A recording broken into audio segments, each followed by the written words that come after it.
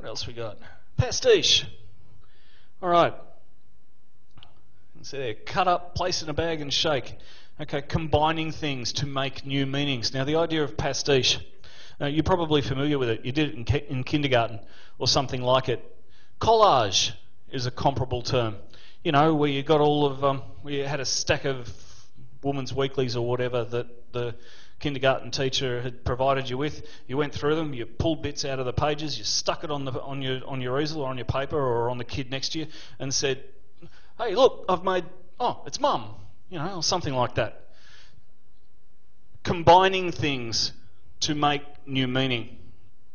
Now, I'm walking a line there because pastiche, associated with Frederick Jameson, by the way, involves itself in exactly this process, but as with simulacra, it was argued that meaning gets lost somewhere along the way, but same argument, I won't reiterate it again, I'm not having any, which actually brings, if you accept my take on it, actually brings us very close to another concept that called bricolage, as put forward by Claude Levi-Strauss. Enough of that. Okay, moving right along. Now, we're jumping topics here. That's going to happen a lot in this lecture because, as I said, it's sort of a greatest hits thing. And what that means is that a lot of what I'll be doing is kind of like skipping stones over a pond. I'll just hit one topic and move on. You know, jump, jump, jump. So, now I'd like to look at the effects of global media, or some of the effects of global media. This slide's titled The Westernisation, Americanisation, or McDonaldisation thing. Now, the associated term, which is related but not synonymous with that stuff, of course, is globalisation. Okay? Westernisation or Americanisation, even McDonaldisation, the idea that Western, read American, culture is going to run roughshod, rampage, if you like, over the rest of the world, and eventually we'll all become this homogenised, basically Americanised, bland, nothing kind of society.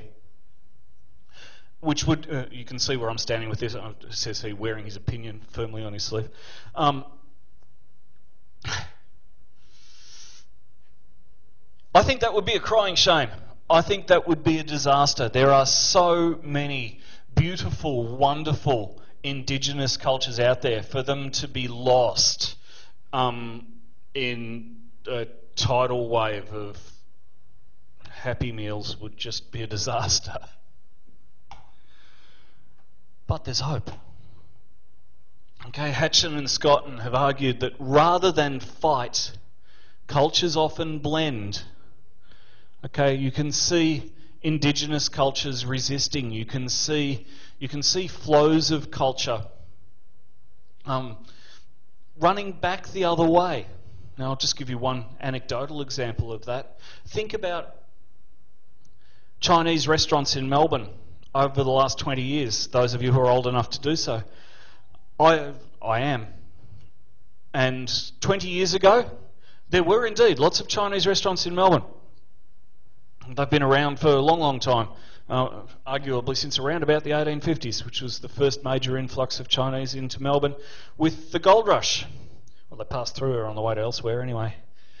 But in my lifetime, I remember that if you went into a Chinese restaurant, say, all right, let's say 20 years ago, you could be guaranteed what you'd find on the menu.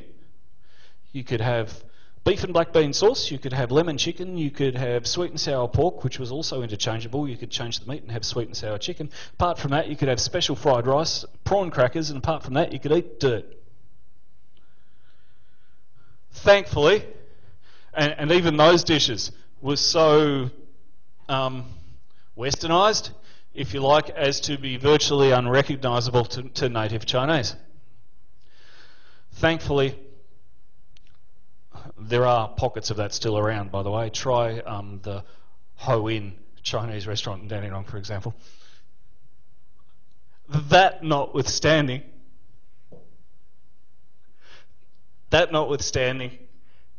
Thankfully, things have changed, and you can get fantastic Chinese food in Melbourne now if you know where to look. Try Box Hill, try Chinatown. There is wonderful food there.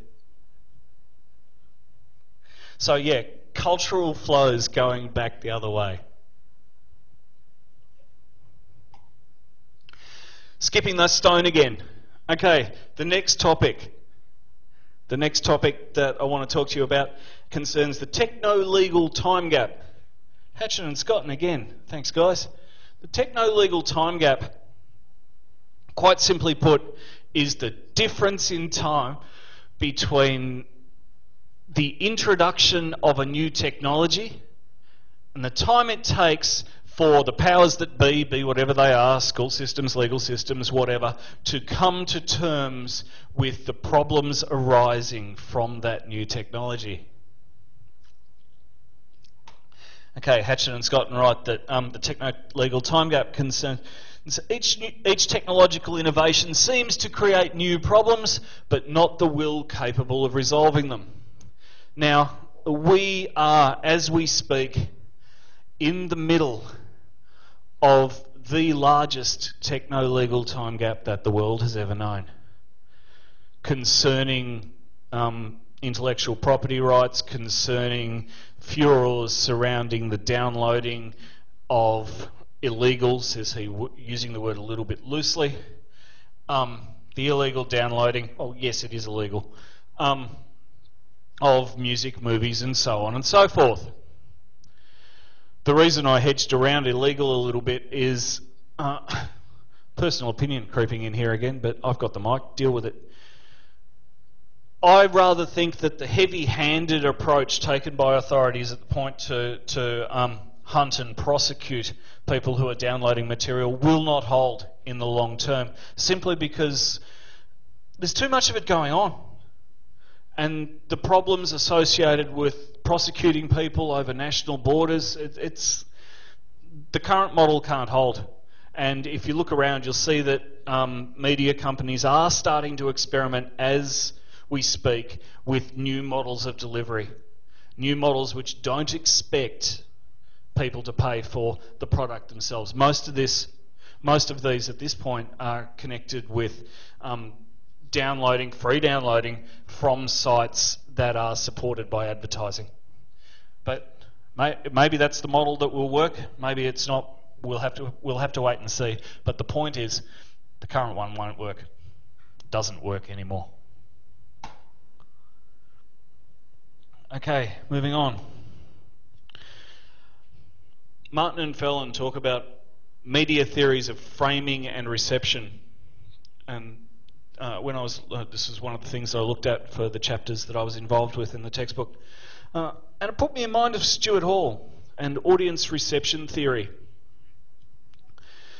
There's a lot said about the messages that the media puts out there, and whether or not, and the extent to which we're exposed to this, that or the other. And I would like to put it to you, or rather Stuart Hall would like to put it to you, that you don't necessarily have to eat everything that's served up to you. As to say, Stuart Hall puts forward three models, audience reception theory. He talks about dominant, negotiated and oppositional readings of cultural texts. Now, by text, it doesn't mean books. Well, it could be books, but it doesn't just mean books. A cultural text is anything that can be read. And by read, I don't mean read, I mean interpreted. Anything that can be interpreted, anything from which meaning can be derived, can be considered a text. Okay, the first of those. To accept a dominant reading is to accept the meaning that the maker of that text intended, pretty much on its own terms. Okay, I can see the meaning there, I agree with it, I take it on board, that's all good, let's move on. I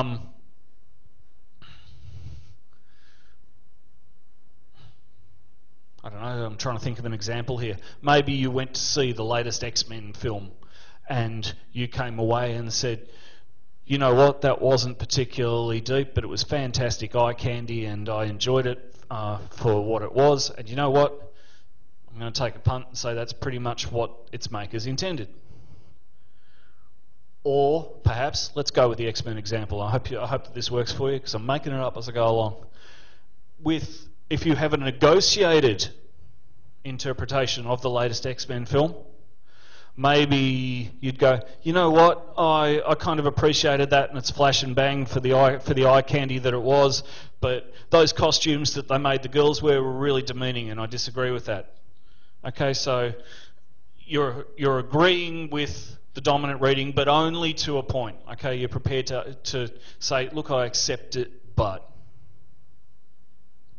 An oppositional reading is one where you say, yeah, well, I know what you were trying to do, and that's fine, but I'm not having any. I disagree. I don't like anything that you've done. I don't know, maybe you're a wannabe intellectual and you're going, oh, there was just no merit in that movie whatsoever. Can you say there's no merit in Wolverine? Anyway, what's next? Hegemony, or hegemony, depending on which classes you skipped.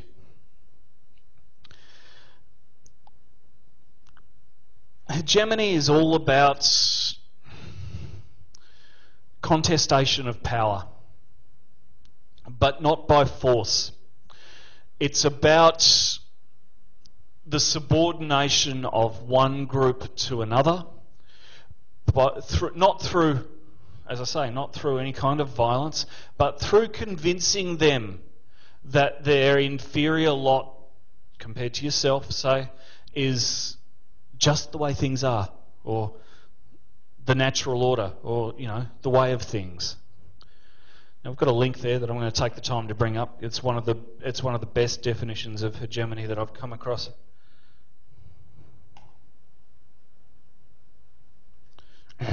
One moment, please.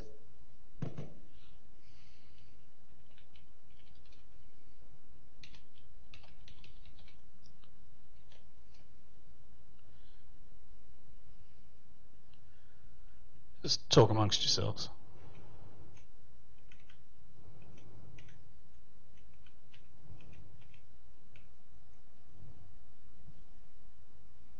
Now I'm getting annoyed.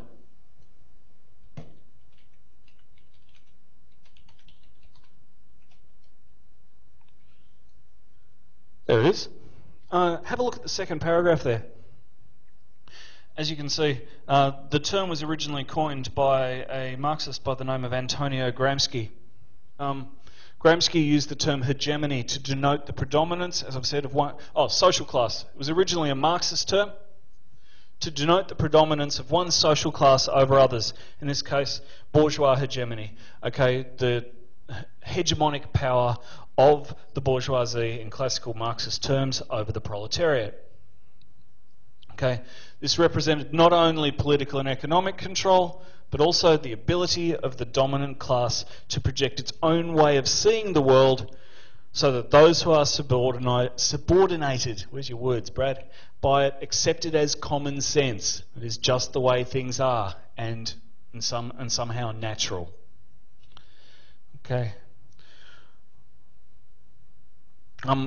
We've now moved on beyond that Marxist sense. Of course, people often talk about cultural hegemony, and we're back to those ideas that we spoke about a little while ago, where we were looking at Westernisation. There's a certain hegemonic power behind Westernisation that we accept that, well, I don't personally, loose we there, that the American way or the Western way is somehow intrinsically the best way, and we should accept that because that's just the way things are. Don't buy into that necessarily either. Nonetheless, the point of view exists.